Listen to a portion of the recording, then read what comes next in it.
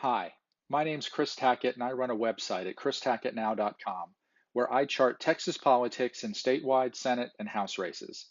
Thanks for taking a few minutes to let me walk you through what's happening in campaigns in Texas today.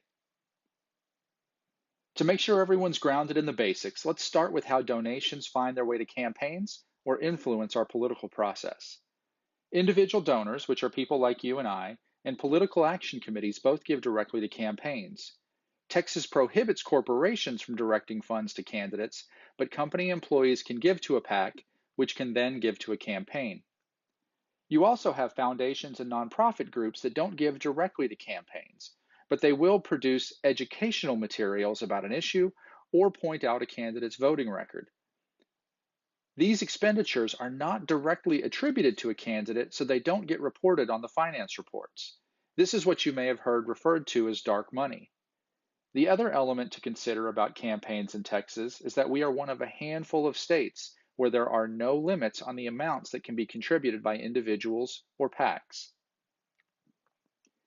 The Texas Ethics Commission are the overseers of campaign finance for all state-level races. Candidate campaigns and PACs are required to file reports with the Commission on a regular basis. Everyone who's involved in campaigns has to file semi-annually in January and July. If there's an active election, they also have an additional filing requirement 30 days and 8 days before an election. These are the windows of time where the public gets the opportunity to see what a campaign is taking in and where they're spending. If you've ever been to the Texas Ethics Commission website, you know it's not the most user-friendly experience. When you go in looking for information, you need to know specifically what it is you're looking for. When you find the filer, you'll get a high-level summary of the filing period with total contributions, expenses, and cash on hand, but no details. If you want the details, you have to click the link for the PDF, which is a scanned copy of the forms, which could be up to 40, 50, or even more pages, or you can get a CSV file, which opens up as a spreadsheet. Unless you're someone who really loves spreadsheets, this is going to make your eyes glaze over, but there's really important information here. What I've tried to do is take this information directly from the Texas Ethics Commission and make it a little more user-friendly. This is a screenshot from my website. On it, you'll see pie charts, lists, and bar charts, all with drop-downs to allow you to control what you're seeing. This is real data from Jonathan Stickland in House District 92 from January 1st of 2017 through June 30th of 2018, an 18-month period. We'll start with the big pie chart. Above and below the pie chart, you will see that Jonathan Stickland has raised $428,000 from 702 donations, with the average donation coming to $610. On the pie chart itself, you can see that it has 10 slices. The first 9 slices on all candidate charts are the top 9 donors. The 10th slice is all other donors. When you look at the chart, you can see that Empower Texans PAC is the top donor, giving $116,000. The graphic representation lets you quickly see that this is more than 25% of the total raised by the campaign. Now, if you're the person who really wants the details, you want to see everyone who's given to the campaign, we have that for you too. The list in the center of the dashboard has the top 20 donors to the campaign, sorted from the most to the least. And if you want to see all the donors, just click the arrows on the bottom of the list, and the next 20 will display. We know intuitively that those who give to a campaign are the ones the candidate is most likely to listen to once they get to Austin. The bar chart at the top of the page lists the top 10 cities that donations have come from. The pie chart below it has 5 slices. The top 4 donor cities get their own slice.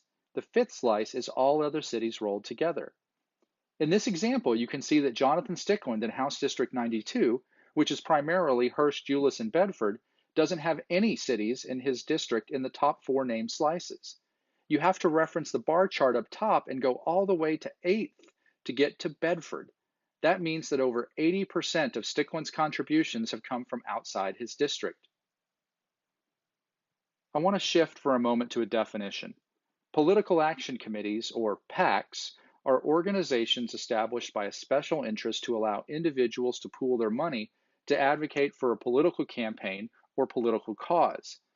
In Texas, we have three primary types of PACs that give to the statewide House and Senate races. The SPAC is specific to an individual candidate and follows the standard filing schedule.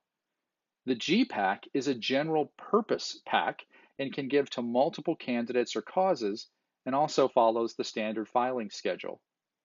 The MPAC is a general purpose PAC as well, but based on the way it's set up, files monthly.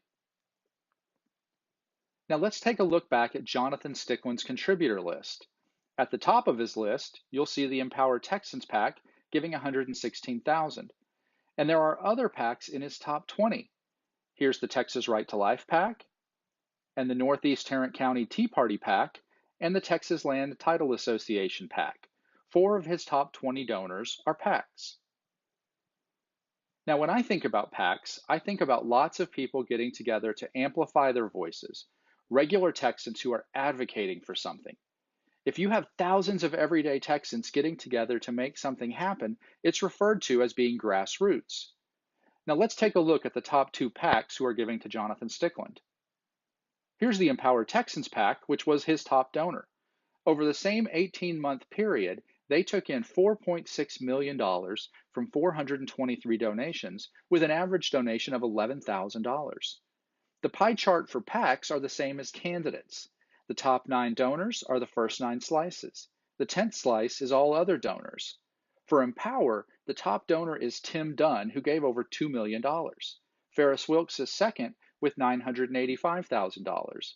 When you look at the 10th slice, it's less than 5% of the total, which means that 9 donors gave 95% of the $4.6 million.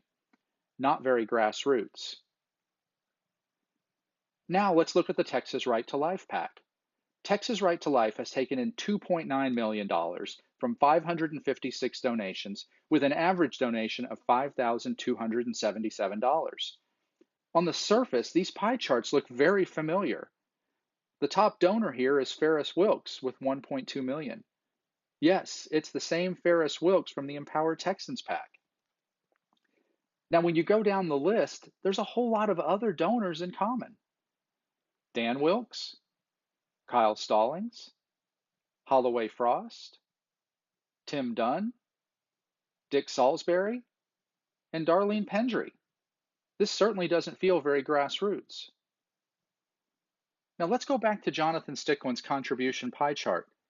Not only did he have the Empower Texans PAC and the Texas Right to Life PAC as some of his top donors, he also had Ferris Wilks, and Kyle Stallings, and Dick Salisbury, and Darlene Pendry. This means that the top donors to Stickland aren't just the PACs. It's the same donors who were also the top donors to the PACs. This doesn't feel right. So what's happening in Texas today? You have big donors who are giving directly to candidates. You have PACs out there who are also getting major contributions from those same big donors. Then the PACs are turning around and giving to the candidate. The candidate starts reaching out to the voters, maybe that first mailer introducing themselves. And shortly thereafter, the PACs start endorsing candidates and they're sending mailers to you. It starts to fill up your mailbox. Then you have those other groups that live outside the margins. These are the foundations and the nonprofit groups that educate voters on issues. You dig a little and you find out that these groups are either funded by the big donors or they have them on their boards of directors. Now you're getting mailings from these groups as well, but these look a little different. Rather than being for the candidate, they're pointing out the voting record of the opponent, highlighting an issue that their candidate is for, or maybe even sending out things with official sounding names like the Texas Ethics Disclosure Board to attack an opponent, when that's really just another assumed name for the foundation. These items seem like they're independent, but they really are all coming from the same source. You also have PACs that are reaching out to candidates they've endorsed, telling the candidate that if you give us money, we'll send out mailers and post on social media supporting you. Here's what it's going to cost. The candidate then gives the PAC the requested amount of money. And the PAC sends you even more mail. It appears like it's coming from the PAC, But really, it's the candidate paying for their own press, paying 100% of the cost with dollars coming from the same big donors. None of this feels good to me. It doesn't feel honest. You have a handful of donors in Texas creating the appearance that a candidate has broad support coming from all of these different sources. But the reality is, it's all coming from a small group of people trying to influence elections and put the people who will do their bidding into office. What should we be striving for in Texas? We need people powered candidates. We start with a donor giving directly to a candidate. Then we see lots of other individual donors who are also giving to that candidate. These donors would mostly be the people who live in that district, those people with a real stake in how their representative will speak up for them in Austin. These are the people who believe in the candidate. Now, when the candidate sends out information to the voters, you know this is what the candidate believes, not what the mega donors are telling them to believe. To me, this is the optimum and what we need more of in Texas. So now that you know what's happening out there, what can you do with that knowledge? Start by leveraging the tools. The Texas Ethics Commission site may be tough to love, but it does house every bit of information on campaign finance. You can also go to sites like opensecrets.org.